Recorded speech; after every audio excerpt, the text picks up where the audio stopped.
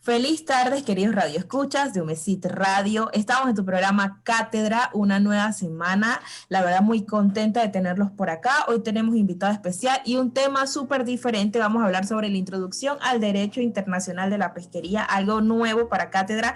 Yo sé que ya lo habíamos tocado anteriormente, pero pues estamos retomándolo y desde una perspectiva diferente. ¿Cómo se encuentran? Don Hugo, le cedemos la palabra. Pues buenas tardes, licenciada Victoria y profesor Rivera. Muy bien, bien de salud en medio de las circunstancias y también muy animado por la invitación, que agradezco enormemente por la oportunidad de dirigirme al programa Cátedra y por el concurso, pues a todos los que lo puedan. Así es. Profesor Ogami. No, la verdad es que bastante bien, gracias a Dios.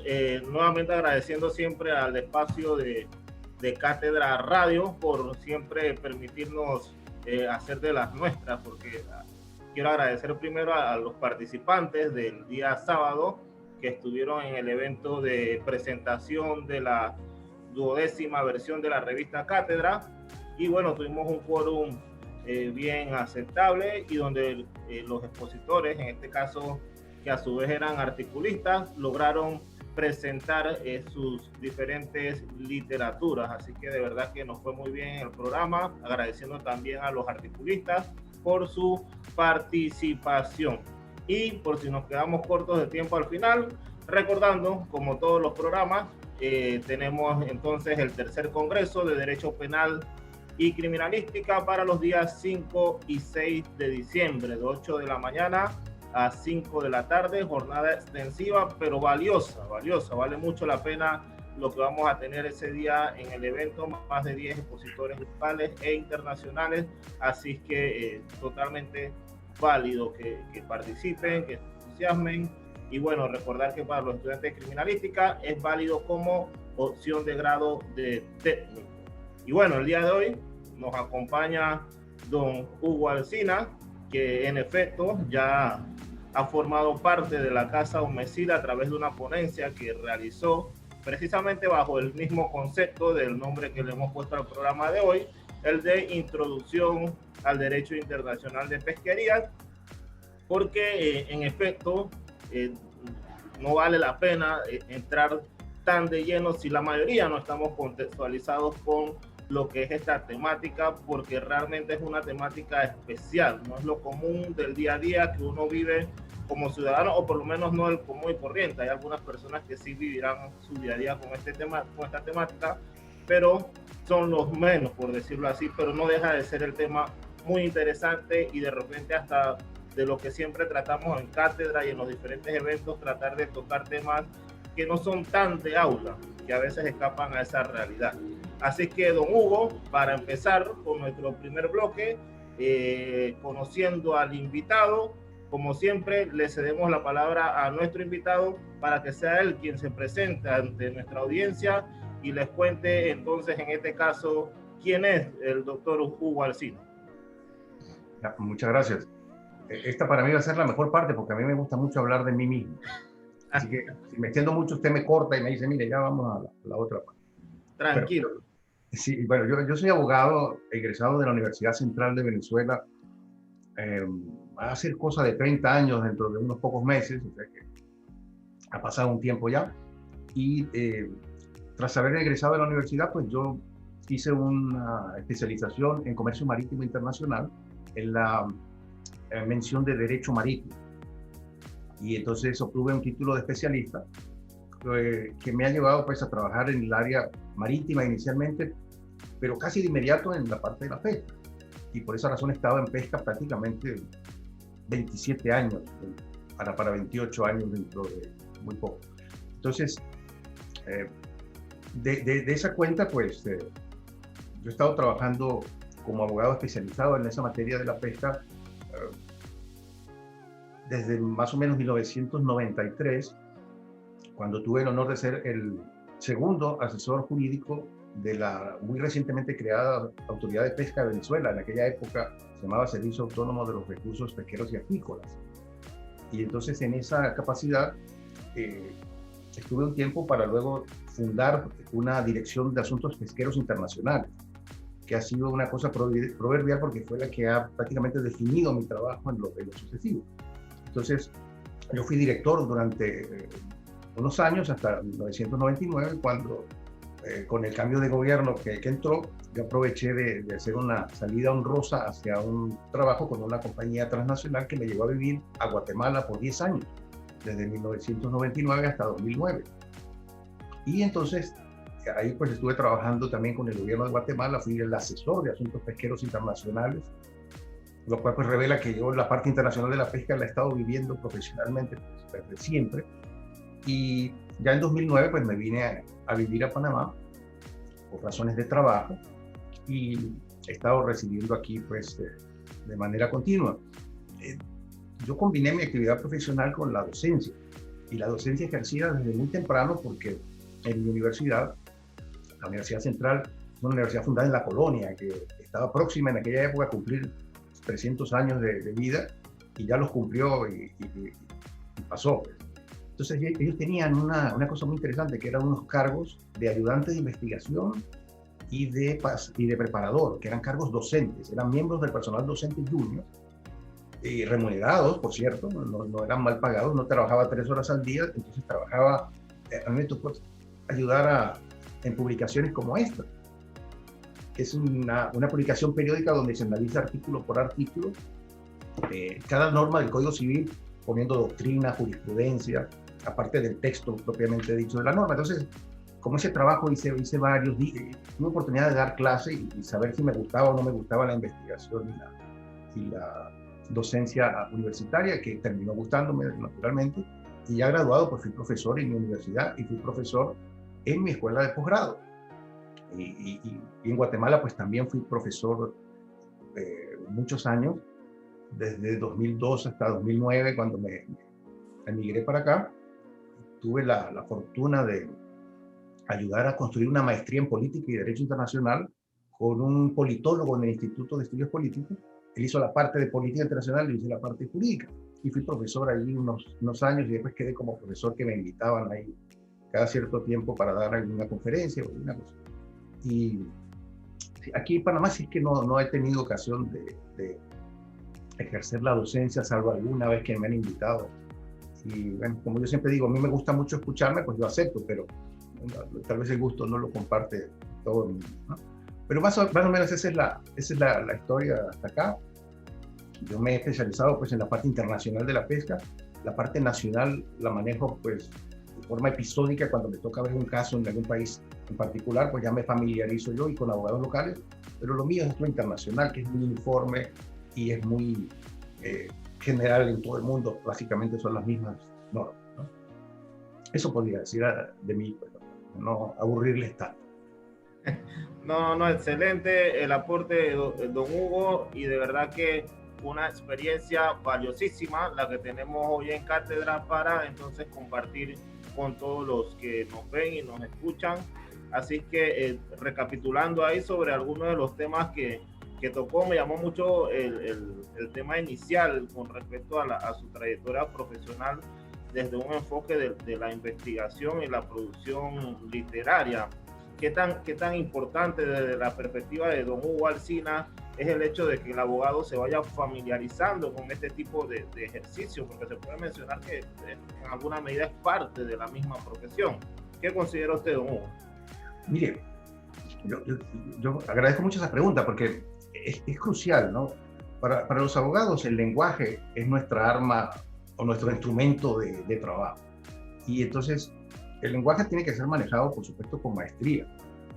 Y luego ese uso del lenguaje debe estar orientado hacia la producción de nueva información. Es decir, aproximarnos a las normas jurídicas, conocerlas. Por eso es que la investigación es cardinal. Un abogado que no tenga herramientas de investigación está condenado a quedar desactualizado muy pronto y a mismo no entender las normas jurídicas nuevas, porque sabe lo que le enseñaron en la universidad, pero ya no puede seguir profundizando, aumentando sus conocimientos. Justamente, yo he usado esos modelos en mi actividad docente. Yo he sido un profesor bastante atípico, porque yo, sobre todo a la hora de examinar, yo yo siempre he buscado que la gente haga el examen y se traiga sus libros, se traiga su computadora, se traiga al profesor de al lado si quiere, porque lo que van a resolver es un caso práctico de un problema. Y entonces tienen que enfrentarse a la vida real que yo como abogado también enfrento. Yo tengo un caso, entonces tengo unas normas, tengo que sentarme a verlas, voy a buscar información, a ver si alguien ha escrito algo en la doctrina, o si hay alguna sentencia que me pueda ilustrar que por dónde puede ir la cosa. Entonces, ¿qué estoy haciendo? Yo estoy haciendo investigación, una investigación aplicada muy directamente hacia un punto profesional o de trabajo, o una investigación que uno quiere publicar en una revista jurídica, lo que sea, pero son herramientas que uno tiene que dominar. Y claro, yo las aprendí porque me metí a hacer este trabajo de ayudante de investigación, y entonces me tocó asistir en esta publicación, en otras publicaciones. Una parte de un trabajo mío sobre los códigos romanos de los bárbaros se incorporó a un libro que hizo la Cátedra de Derecho Romano. O sea, hubo muchas cosas que fui aprendiendo allí y que me han resultado súper útiles. Porque en el fondo, profesor y licenciada, la docencia para mí, de opinión muy personal, de no ser un profesor profesional que está 100% full time en esto, yo pienso que a la gente no se le enseñan sino 4 o 5 cosas básicas en una asignatura. Lo fundamental es enseñarles a que ellos puedan aprender solos, porque lo que uno les enseña hoy, mañana cambian las normas y está desactualizado, no les va a servir de mucho, salvo históricamente, tal vez para decir, bueno, así era. Ahora, si uno les enseña a pensar como abogados, a investigar como abogados, ellos van a seguir actualizándose y van a seguir modernizándose y estando al día en la medida que ellos tengan las herramientas y el interés. Entonces, con el disfraz ese de que uno les está enseñando materias como las que yo he dado, Derecho Internacional Público, que yo he dado Derecho Marítimo, he dado Derecho de las Pesquerías, ellos no se dan cuenta que al final les estoy enseñando a pensar y a trabajar como abogados. Al final se los digo y después se llevan el chasco. Y digo, bueno, pero yo creo que usted nos está enseñando esto, sí, les enseño esto y les enseño esto otro sin que se den cuenta para que no se resientan. Y con eso, pues yo pienso que quedan preparados para seguir adelante en su carrera y emprender cualquier cosa. Cualquier asignatura, cualquier materia de derecho la pueden ellos aproximarse a ella con propiedad si tienen los elementos y las herramientas para hacerlo. Maravilloso, doctor Hugo, y de verdad que me llamó mucho la atención el hecho de las palabras que manifestó con respecto a introducir al estudiante en ese aspecto de aprender a pensar por sí mismo, ¿no?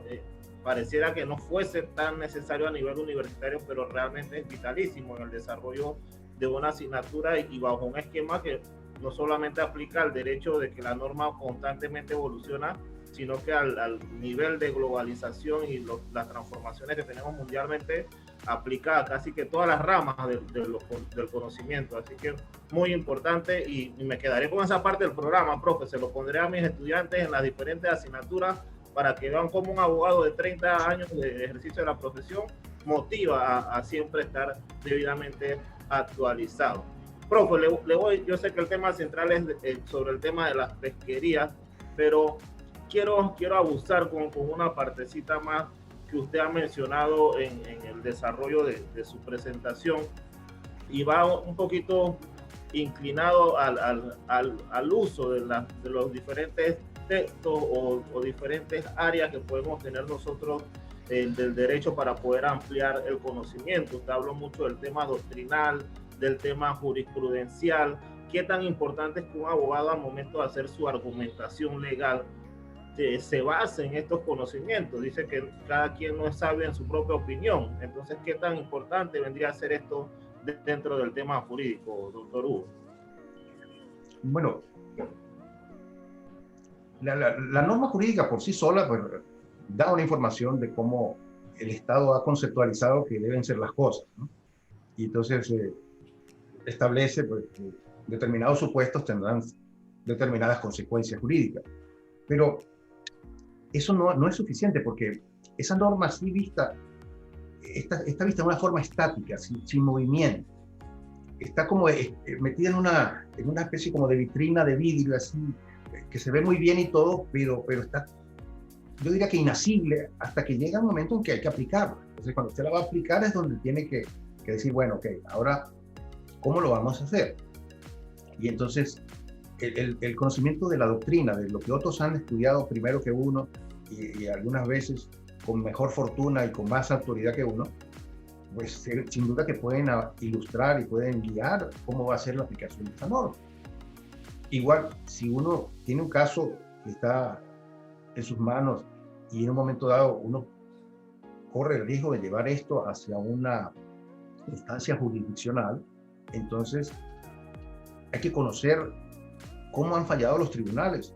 En algunos países la jurisprudencia no es vinculante, no es obligatoria que los tribunales fallen de esa manera, pero sin duda alguna es una forma de interpretación válida que uno puede informarse si, wow, las cortes han fallado en este sentido, yo me voy a ir por esa vía. O si quiero contrariar una línea de jurisprudencial, tengo que tener unos argumentos muy sólidos para poder decir, bueno, sí, esos casos se falló así, pero yo pido que se falle diferente porque yo tengo estos otros elementos que no estaban presentes en aquellos casos. Entonces, hay que estar informado. En el derecho de las pesquerías, a nivel internacional, no es común que se vaya a órganos jurisdiccionales como la Corte Internacional de Justicia o el Tribunal Internacional sobre el Derecho del Mar. Se han llevado algunos casos, pero no es lo usual. Pero sí, dentro de los países, en algunos estados en particular, asuntos de infracciones de pesca sí terminan en los tribunales. Entonces hay que conocer la doctrina y la jurisprudencia. El solo conocerse la ley y de memoria, pues no basta ni remotamente para tener éxito como abogado en esta materia. Yo pienso que ninguna otra. Totalmente de acuerdo con su criterio, don Hugo. Y bueno, precisamente sobre esta parte de apoyarse en grandes referencias de determinada rama del derecho, nos apoyamos en usted, don Hugo, para que nos contextualice, sobre todo, o más que todo, inclusive conceptualice el tema del derecho internacional de pesquería. ¿Cómo lo podemos entender nosotros que somos neófitos absolutos en el tema, don Hugo? Sí, bueno, como yo dije en aquella presentación que tuve el privilegio de hacer ahí ante la Facultad de Derecho y de Ciencias Náuticas, también entiendo que hubo alguna gente presente. Si bien es cierto que hay definiciones muy autorizadas del derecho de las pesquerías, a mí me gusta mucho una que yo acuñé, pero debo decirlo, inspirado, para no decir que robándomela, del profesor William Tetley, que fue un catedrático muy famoso de la Universidad McGill de Canadá en Derecho Marítimo, donde él describía pues que en el derecho marítimo en su caso, y luego mutatis mutandis al derecho internacional de las pesquerías, decía pues que era un derecho que era a la vez público y privado, nacional e internacional, anterior al derecho civil y al derecho, al common law británico, ¿no? Y que básicamente se refiere a un sistema de normas que nacen del hecho técnico de la actividad extractiva de las especies hidrobiológicas que realiza el hombre, con vista hacia un manejo racional y sostenible de esos recursos, y que comprenden los actos preparatorios, los actos propiamente de extracción y los actos posteriores, especialmente el comercio, la comercialización de esas capturas, en un sistema integral de normas. Y entonces sobre esa base, sobre ese concepto que yo construí, el profesor Tetley, además debo hacer notar que tenía un excelente gusto en corbatas, porque siempre, si usted ve una foto, él ya falleció, pero siempre sale con corbatas de gatito, lo cual pues también es otro elemento que nos acerca, ya no conceptualmente, pero sí al menos de lo que a moda sale. Y entonces esa definición es muy amplia, yo creo que comprende casi todo, porque las pesquerías en realidad, no todas las actividades de capturar animales interesan internacionalmente, porque son más bien las que tienen que ver con algunas especies que son más delicadas porque o están en mal estado las poblaciones, o están sujetas a una regulación específica, o tienen lugar en algunas áreas determinadas como dentro de la zona económica exclusiva, o son especies que se mueven por todo el océano, van del alta mar a las zonas económicas y regresan, son altamente migratorias. Entonces ya cuando hay estos elementos internacionales involucrados, un manejo internacional es lo que se impone, ¿no? Si un país regula unilateralmente por aquí y otro no regula por allá, no se ha hecho mucho si la especie está en los dos espacios acuáticos. En cambio, si hay un concierto internacional y todo el mundo se pone de acuerdo y se establece un mecanismo de ordenación de esa pesquería, entonces ahora sí, ahora es posible entonces que logremos un manejo adecuado de esas especies. Entonces eso es más que todo a lo que propende la definición y la misión del derecho de la pesquería. Normalmente en nuestra querida rama jurídica se habla de fuentes del derecho, don Hugo, estableciendo más o menos la fórmula sobre la cual se va a nutrir la rama del derecho que se trate. En este caso en particular, hablando del derecho internacional de pesquería, ¿cuáles vendrían a ser esas principales fuentes de las cuales se va a nutrir esta rama del derecho, don Hugo? Sí, mire, la mayoría de las fuentes internacionales provienen naturalmente del derecho de los tratados. Y entonces de esa cuenta nosotros podemos ver desde tiempos muy dilatados, como decir, desde las convenciones de Ginebra sobre el derecho del mar, que ya hay algunas normas que propenden a la ordenación de pesquerías internacionales. Hay una convención sobre la conservación de los recursos vivos del alta mar de 1958, cuyo contenido prácticamente pasa a la CONVEMAR, que es la Convención de las Naciones Unidas sobre el Derecho del Mar, de la cual la mayoría de los países, salvo algunas excepciones muy puntuales, y que por cierto no tienen que ver con asuntos de ordenación de pesquería, sino con asuntos de limítrofes, o que es el caso de Colombia, de Venezuela y de El Salvador, por decir un par de ejemplos, o en el caso de Estados Unidos, que es por el uso de los recursos de la minería subacuática, pero no tienen ninguna objeción con el manejo internacional de las pesquerías que está en la CONVEMAR. Cuando uno hace un análisis en materia de pesquerías, uno tiene que citar siempre una serie de cuerpos normativos que son así, como dirían así muy técnicamente, impepinablemente hay que citar, ¿no?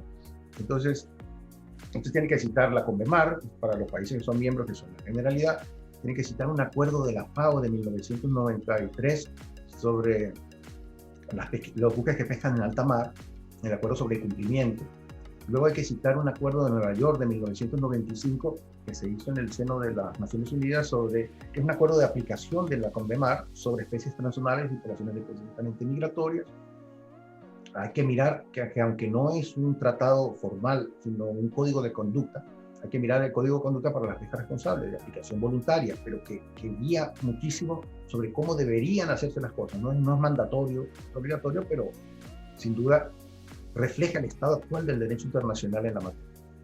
Y hay que mirar también el acuerdo sobre medidas de estado rector de puerto de la FAO para prevenir, eliminar la pesca ilegal no declarada y no reglamentada. Hay que mirar también los planes de acción internacional de la FAO sobre tiburones, aves marinas, pesca ilegal y capacidad de flota, y los planes de acción nacional que se reflejan de esos planes de acción internacional. O sea, hay una serie de normas, y en cada análisis que yo hago, al menos en lo personal, siempre voy y miro en todas esas normas a ver qué dicen, porque en general son consistentes. Muchas de ellas fueron negociadas en la década última de los 1990, en esos años, y parte en la primera década de este año, y son todas más o menos consistentes, pero contienen normas distintas, y pues hay que conocerlas con propiedad y manejarlas con propiedad. Magnífico, profe, y retomando un poquito el tema cuando iba estructurando el concepto de lo que es el derecho internacional de pesquería, habló inclusive de la protección de ciertas especies marinas, habló inclusive de temas internacionales, temas nacionales, temas de tratados, temas de convenios, mezcló diferentes aspectos que se van entrelazando para ir haciendo lo que usted al final estructuró como el concepto de derecho internacional de pesquería. Bajo esta línea, don Hugo, sería la pregunta, ¿de qué otras ramas, inclusive no solo del derecho, se puede basar el derecho internacional de pesquería para poder estudiarlo? Porque a veces pensamos, no, yo soy abogado en familia y me basta con saber el código de familia, pero resulta que esa disciplina se apoya en muchas otras disciplinas. En el tema de pesquería, ¿cuál sería o cuáles recomendaría usted apoyarse, ¿no? Sí, bueno, yo diría que las relaciones que tiene el derecho internacional de las pesquerías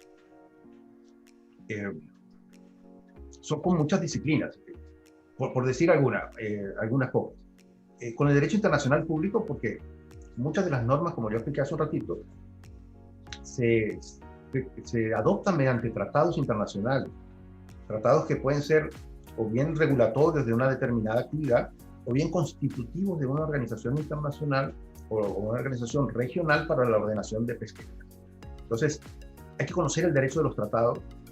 Yo en mi carrera pues tuve la fortuna de trabajar como jefe de delegación en varios países, negociando 3 tratados multilaterales, uno sobre tortugas marinas, la Convención Interamericana para la Protección y Conservación de las Tortugas Marinas en el Hemisferio Occidental, otro que era el Acuerdo sobre el Programa Internacional para la Conservación de los Delfines, y la Convención de Antigua, que remoza una vieja organización regional de ordenación de pesca que se llama la CIAT, Comisión Interamericana del Atún Tropical, constituida en 1949, pero remozada a primeras de este siglo. Entonces, ya después de casi más de 50 años de eso. Y también trabajé en unos tratados bilaterales de Venezuela con Surinam, Venezuela con Trinidad y Tobago, Venezuela con la Unión Europea.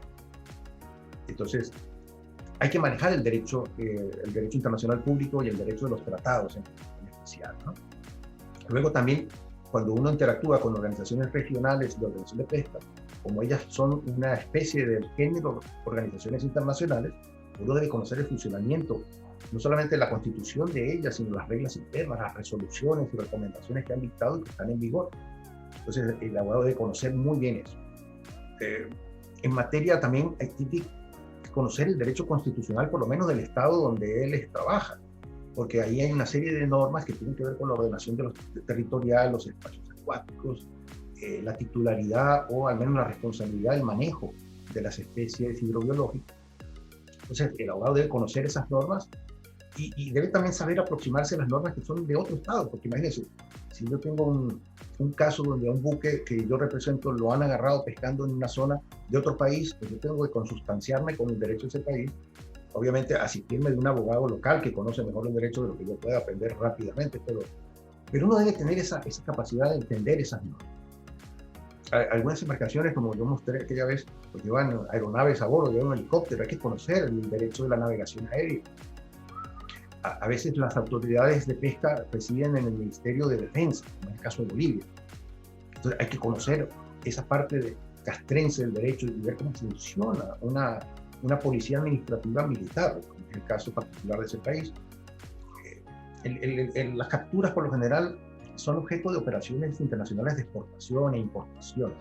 Entonces, el abogado debe conocer también una parte del derecho comercial, lo que son contingentes de exportaciones, aranceles, medidas pararancelarias, como por ejemplo cuestiones sanitarias, ambientales o laborales que puedan aplicarse. El abogado debe conocer eso, porque de pronto usted quiere mandar un cargamento de atunes a la Unión Europea, y entonces tiene que cumplir con una serie de requisitos de diversos órdenes. Entonces hay que conocer esa parte también, porque si usted le detiene en un contenedor, usted tiene que saber con qué se está enfrentando y cómo va a resolver. En el mismo sentido, hay que conocer el derecho marítimo, porque buena parte de la actividad pesquera internacional que incumbe al derecho internacional de las pesquerías tiene lugar en alta mar, en la zona económica exclusiva de los estados, por embarcaciones que tienen unas dimensiones a veces considerables, como buques de 110 metros de eslora, buques que tienen gran capacidad, que llevan mucho combustible, que llevan sustancias para refrigerar que pueden ser peligrosas, como el amoníaco. Entonces todo eso hay que conocerlo. A un buque a usted se lo pueden detener porque tenga vencido un certificado, porque aunque esté en perfectas condiciones de navegabilidad física, no la está de navegabilidad documental. Entonces a usted le paran el barco con papel. Usted tiene que estar preparado para enfrentar eso y debe conocer, mire, tener estos certificados estatutarios al día, la tripulación que esté bien certificada con sus documentos, calificada. Debe usted conocer cosas de seguros marítimos, porque si hay un accidente, tiene usted que ver si si las pólizas están al día, si hubo alguna acción del armador que usted representa que ha causado el accidente, entonces ya la compañía de seguro se releva de responder, o de ese tipo de cosas. Entonces es muy complejo y definitivamente hay que estar preparado. Yo podría recordar que cuando yo necesité hace unos buenos 18 años atrás, un contrato de fletamento de barco atunero, por dar un ejemplo. Yo estuve buscando en internet, que no era tan cómodo como ahora, pero muchos de esos formatos, si usted ve formatos ya hechos que tiene compañías como Vinco, usted tiene que pagarlos para poderlos utilizar, como es lógico, porque eso los hizo alguien que, como creación de su intelecto, pues tiene derecho a una remuneración. Entonces, como no conseguí ninguno en aquella época, me fabriqué uno a mi gusto. Y bueno, no quedó nada mal. Lo que quiero decir también, pues, ¿cómo lo hice? Porque, bueno, yo tenía los conocimientos marítimos para diseñar un contrato de fletamento de un buque de pesca y tomar en consideración todas las variables que iban a intervenir. Obviamente que lo he ido afinando desde aquella primera versión hasta acá. Y básicamente es un estándar que se utiliza en algunas compañías. Entonces, eso es algo que se pudo hacer porque se estaba preparado para. Perfecto, profe. De verdad que mucha claridad en la explicación que ha brindado con respecto a la vinculación con diferentes ramas del derecho, y llama mucho la atención, por ejemplo, el tema de seguros, entre otros aspectos que mencionó, de cómo es necesario ir vinculando con una que otra cosa. Y bueno, profe, le hago de conocimiento que la doctora Lynn en el programa es considerada la voz del pueblo, y ella está tomando mucho, porque representa a nuestra audiencia, pues.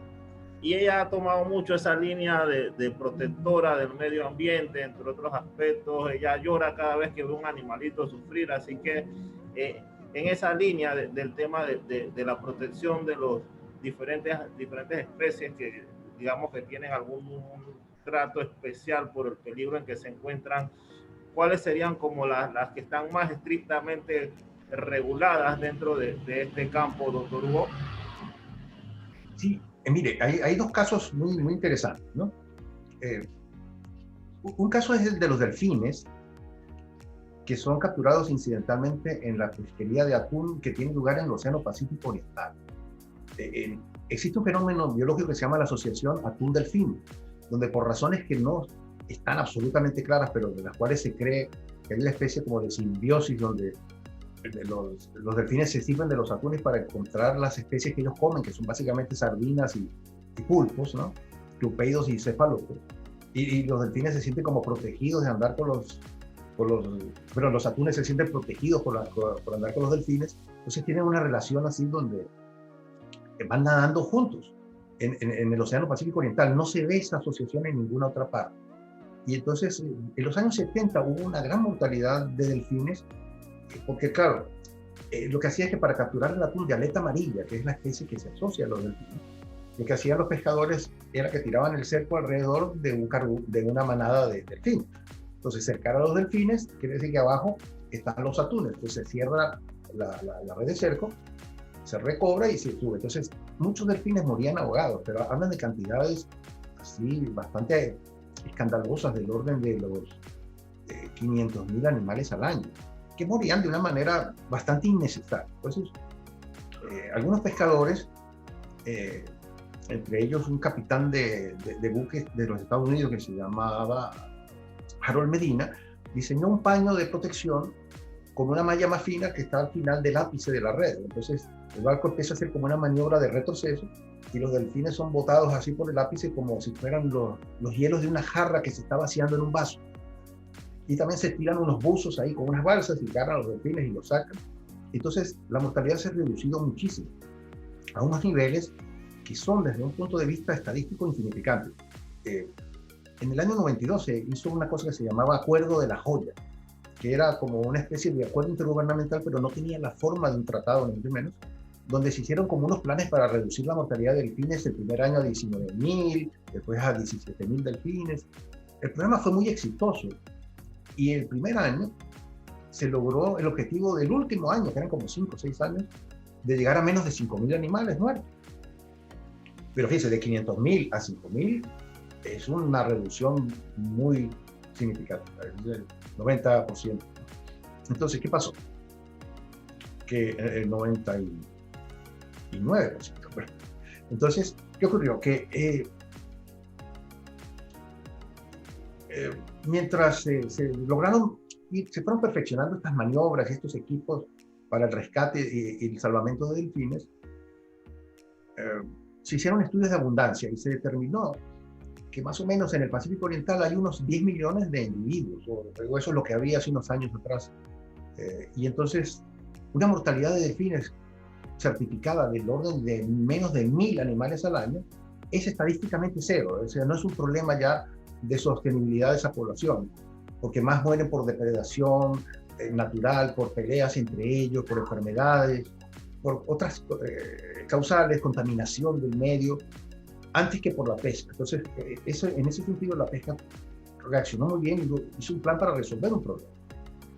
El otro caso es de las tortugas marinas. Cuando las redes de arrastre van siendo movidas por un buque, van recogiendo los camarones que están en el agua, pero también agarran a veces a tortugas que viven allí en esos hábitats. Y la tortuga, como ustedes saben, es un animal de respiración pulmonar, es decir, está sumergida un rato, pero llega un punto en que ya tiene que subir a la superficie y respirar como nosotros. Entonces se ahogaban cuando la operación era muy larga. Entonces se negoció esa convención que yo le comenté, la IAC, la protección de las tortugas marinas en el hemisferio occidental, porque la idea era que la pesca de arrastre era el gran enemigo de las tortugas y que estaba poniendo algunas poblaciones. De hecho, no todas las poblaciones tienen el mismo nivel de peligro, pero había unas que sí estaban muy graves. Y sin duda que la pesca de arrastre era un factor, pero no era el único y no era necesariamente el peor, porque también la contaminación, o la gente que va y coge los huevos en las nidadas, hay depredadores porque vienen pájaros y vienen cangrejos y se comen los huevos. Entonces, ¿qué pasó? Bueno, se empezó a imponer el uso de los dispositivos excluidores de tortugas, que son como una trampilla en la red, que cuando entra la tortuga, como es más pesada y más grande, hay una rejilla que la hace que baje y se escapa por una trampilla que está abajo. Entonces, bueno, el animal probablemente queda todo mareado porque da más vueltas ahí, pero queda libre y puede seguir nadando y subir a los dispositivos. Y eso hizo que bajara el problema muchísimo. Pero también hay que combinarlo con otras cosas. Yo había leído en algún lado que de 100 huevos que pone una tortuga en la playa, más o menos 99 no llegan a adultos. Entonces, una línea de acción que se ha llevado a cabo en muchos países es que hay organizaciones que van y recogen los huevos y los llevan en incubadoras. Y entonces, ustedes saben que dependiendo de la temperatura salen todos machos o todos hembras. Entonces hay que mantenerlos bien cuidaditos. ¿Qué ocurre? Entonces que después, cuando ya son tortuguillos, cuando ya han eclosionado y tienen cierto tamaño y pueden sobrevivir, entonces se los lleva a la playa y se los libera para que ya ellos... Entonces eso garantiza mucho mejor, en combinación desde luego con el uso de dispositivos excluidores de tortugas y también declarando áreas donde no puede haber arrastre para evitar, por ejemplo, en las áreas de nidación o donde hay tráfico de nidación en la época en que están nidando, es mejor que no haya arrastre porque va a haber interacciones y van a morir algunos. Entonces se puede lograr. Hacemos una pequeña pausa para comerciales y retomamos ahí donde quedó, profe, no se me pierda, retomamos nuevamente el segmento. Ya venimos. Estamos de vuelta en tu programa Cátedra. Hoy tenemos un tema internacional. Vamos a hablar un poco sobre la pesquería. Estamos debatiendo con el querido licenciado Hugo Alsina y nuestro querido licenciado Ogami Rivera. ¿Cómo se encuentra? Continuamos. Venga, Hugo, para que entonces nos estructure una conclusión del punto donde quedamos, doctor, que nos tuvimos que ir a comerciales justo en ese momento. Bueno, lo que estaba yo entonces concluyendo era que, en efecto, esas especies, esos dos ejemplos que he dado de especies que estaban en peligro en un momento dado por una interacción con las pesquerías, pudieron ser resueltos con éxito. Y el secreto no solamente fue imponer normas jurídicas, sino también la cooperación internacional y la buena voluntad de gobiernos, de capitanes y armadores y de organizaciones civiles como algunas organizaciones no gubernamentales que son serias y son correctas, y también las asociaciones de armadores que también tienen un interés en llevar a cabo un negocio que sea razonablemente limpio. Entonces, esos dos son ejemplos de un éxito resonante. Y yo creo que habría que hacerlos destacar siempre porque es posible hacer las cosas. Más que normas, la cooperación, diría yo, que ha sido el secreto porque usted puede legislar o hacer un tratado, pero si no se cumple, pues tampoco avanzamos. Esto requiere los dos elementos y en los casos que he dicho, pues se logró hacer. Excelente, profe, y de verdad que usted muestra de lo que comentábamos, ¿no? Que no basta únicamente con el saber jurídico para poder desempeñarse en algunas ramas. Acá usted maneja muy bien también algunos componentes biológicos de las diferentes especies que nos explicó, y es justo y necesario, ¿no? Uno no puede ser tan desconocedor del ambiente donde uno está aplicando determinada experticia legal. Pero ya para ir culminando nuestro último segmento, el segmento sentencia, preguntas corticas y respuestas breves con respecto a temas muy puntuales. En este caso, entre una o dos preguntitas, profe, no voy a abusar mucho de usted, pero la primera iría en un tema de claridad. ¿Es lo mismo derecho marítimo que derecho internacional de pesquería, don Hugo? La verdad es que no, porque fíjense que el derecho marítimo tiene un ámbito de aplicación y una serie de normas que están dirigidas básicamente hacia el hecho técnico de la navegación por mar, donde básicamente eso es lo que le interesa al derecho marítimo con todas sus derivaciones, mientras que en la pesquería, la navegación es tan solo una parte del componente de la pesca, porque obviamente el buque tiene que trasladarse al placer de pesca, volver y llevar la captura a un puerto donde va a ser procesada, pero no es toda la actividad. Y de hecho el buque no navegaría si no tuviera derechos de pesca que puede explotar para poder cumplir con su destinación económica y su clase de servicio. Entonces el derecho marítimo es una parte del derecho a la pesquería, pero ni remotamente lo es todo. Excelente, excelente, profe. Y el otro tema también como para aclarar y que los estudiantes puedan tener ese conocimiento adicional, ¿qué distinguiría el ámbito internacional de pesquería versus un ámbito nacional? Sí, bueno, hay diferencias muy grandes en cuanto a el alcance de uno y otro, las fuentes. Las fuentes del derecho nacional pues, son la Constitución, las leyes, los reglamentos y actos normativos inferiores. Las sentencias de los tribunales en algún momento determinado también son fuentes, hasta llegar al más específico, que sería la autorización administrativa, la licencia de pesca o la multa que le imponen en un caso particular a alguien. Y entonces el alcance pues no es tan grande, porque el ámbito nacional pues está circunscrito a los espacios acuáticos donde el Estado ejerce soberanía o jurisdicción exclusiva, y fuera de esos espacios también a los buques que enarbolan el pabellón de ese Estado y no mucho más allá, ¿no? En cambio, lo internacional pues está más que todo metido en el alta mar y en la parte de la zona económica exclusiva, en tanto sean zonas donde hay especies transzonales y altamente migratorias. Entonces, sí hay una interacción muy importante, que es que cosas que vienen del ámbito internacional tienen que pasar al ámbito nacional. Y le pongo un ejemplo muy corto. Si en una comisión internacional encuentran que un buque ha cometido una infracción, la comisión no lo puede sancionar, pero le dice al Estado del pabellón, mire, este buque probablemente cometió esta infracción, investíguelo. Entonces el Estado, con su propio derecho interno, aplicará entonces las medidas y las sanciones de derecho interno que estima, y después reportará a la comisión y decir, mire, lo encontré culpable, le metí una multa de $50,000, le suspendí 3 meses, lo que sea, ¿no? Le quité la captura, le hice comiso de la captura. Entonces, sí hay una relación, no son ámbitos que son así compartimientos estancos, sino que están comunicándose constantemente. Y entonces por eso es que hay que conocer unos y el otro también para poder actuar integralmente. Excelente programa que hemos tenido el día de hoy. La verdad es que mucho conocimiento y sobre todo el aporte que nos ha brindado don Hugo Alsina. En la ocasión anterior, cuando hizo la exposición, le hablaba de su capacidad docente, ¿no? De explicar de una forma que quede claro, prácticamente como si fuese un curso de Derecho Internacional de Pesquería. Así que agradecido en ese sentido con la participación que usted ha tenido con nosotros y con el conocimiento que les ha quedado a nuestros estudiantes a través del programa del día de hoy, con un expositor de mucha calidad. Así que le cedemos las palabras para un breve espacio de conclusiones, don Hugo.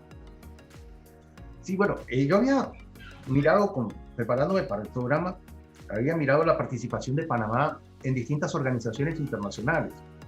Y Panamá, obviamente respondiendo a su inequívoca vocación marítima, no solamente como Estado canalero, que es algo crucial para el mundo, pero también como Estado de servicio de bandera, que es un negocio válido y perfectamente apto para el desarrollo, pero también es un país que tiene presencia en muchas organizaciones como la Comisión del Atún del Atlántico, con 152 buques, por decir algo, en la Comisión del Atún Tropical en el Pacífico, con 171 barcos de pesca, 45 cargueros, en el oeste del Atlántico, en el oeste del Pacífico, con 157 barcos de carga y combustible, no tiene barcos de pesca allí. En el Índico, con 26 barcos de carga. En la Comisión del Atún Aleta Sur del Sur, con 23 barcos. En la Comisión de Pesquerías del Sur, 132 barcos y varias nodrizas. Es adherente de la Comisión para la Conservación de los Recursos Vivos de la Antártida, aunque no encontré que tuviera presencia. Y realmente, a pesar de no ser miembro de algunas de estas organizaciones, sí es cooperante y participa de los trabajos. Entonces, al decir esto, lo que yo noto es que este es un campo muy interesante para los estudiantes panameños que quieran ir a conocer el derecho a las pesquerías, porque hay una presencia de buques enarbolando el pabellón de Panamá importante en el mundo, aparte del registro de buques, que es el registro más grande. Entonces, yo veo un gran futuro, y yo lo que diría es que, obviamente, para estar a la altura del compromiso, pues hay que prepararse y hay que estar muy bien documentado, muy bien asistido, porque como abogados pues tenemos una responsabilidad muy grande, no solamente de ser buenos abogados, de conocer las normas y toda la jurisprudencia y toda la doctrina, sino también de ejecutar eso con ética, con integridad, no ser el abogado más listo de la película, sino un abogado eficiente dentro de los términos que dictan el decoro y la ética. Entonces, eso todo debe estar combinado, porque el abogado, pues como un oficial de la ley, de aplicación de la ley en su ámbito, pues tiene esa responsabilidad. Entonces, obviamente que el ejercicio de esta área de la práctica jurídica debe ser también de ese nivel, ¿no? Entonces, con esa idea yo pienso que invitaría pues a las demás personas que pudieran ver este programa y que quisieran interesarse a profundizar en ello, porque es una disciplina que está en constante evolución y cada vez hay cosas nuevas y hay que estar al día y hay que estar informado. No hay que poltronarse ni dormirse en los laureles, sino que hay que seguir estudiando siempre, como el primer día. Maravillosos todos los tips que nos ha brindado en el programa de hoy con respecto a lo que es el derecho internacional de pesquería, profesor, y por invitados como ustedes. Es que el link a veces se le escapa el decir que Cátedra es el mejor programa de UMESIT Radio. A ella le da pena decirlo abiertamente, pero se le sale en ocasiones.